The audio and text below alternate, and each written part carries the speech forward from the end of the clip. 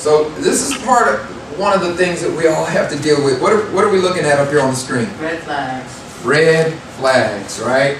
Now, when we talk about red flags, what are we really talking about with this population? Barriers. Barriers. Good. Concerns, right? Don, I like the term that I learned with you. Big issues. Right? Isn't that what we're talking about?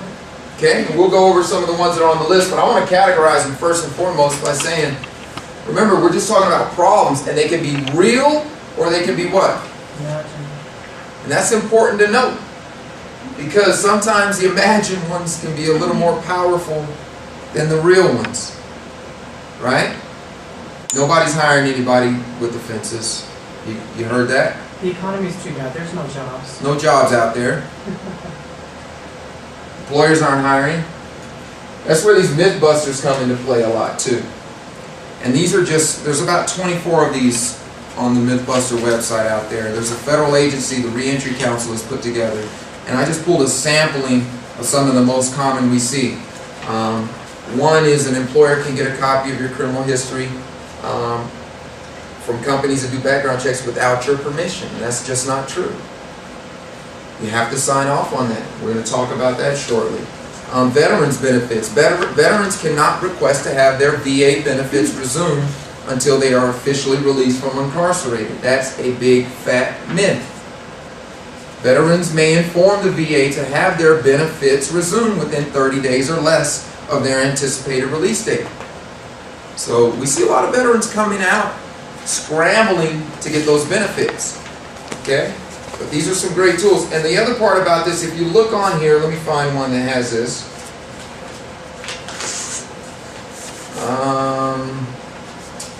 I may not have. Yeah, usually on the more information tab, sometimes they have more information for persons who qualify for these programs.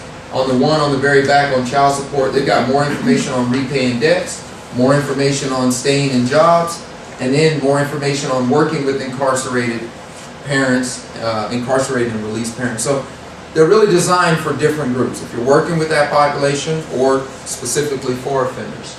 But yeah, you're right, Sheila. Sometimes those imagined big issues can be more powerful. But when we break them down into internal and external ones, let's look at the different categories here.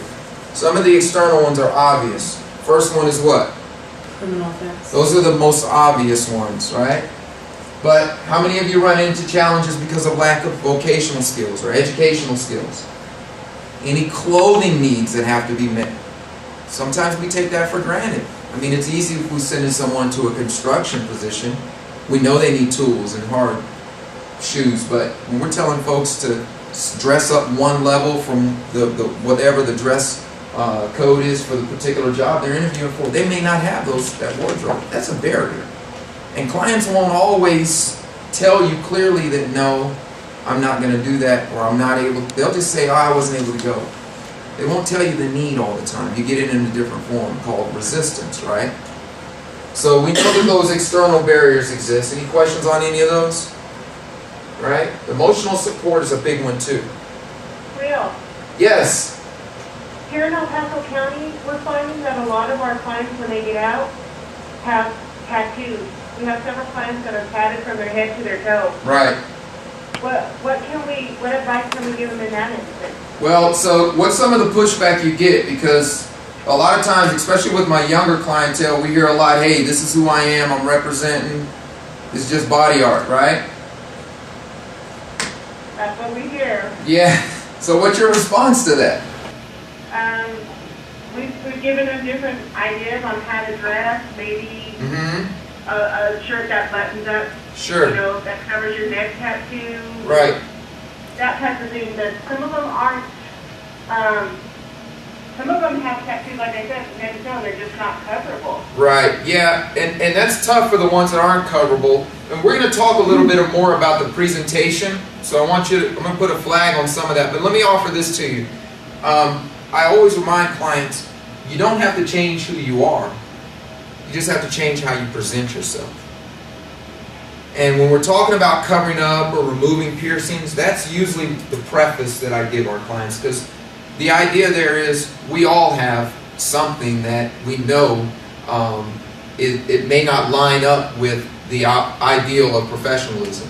The goal of it is to present ourselves in the best way.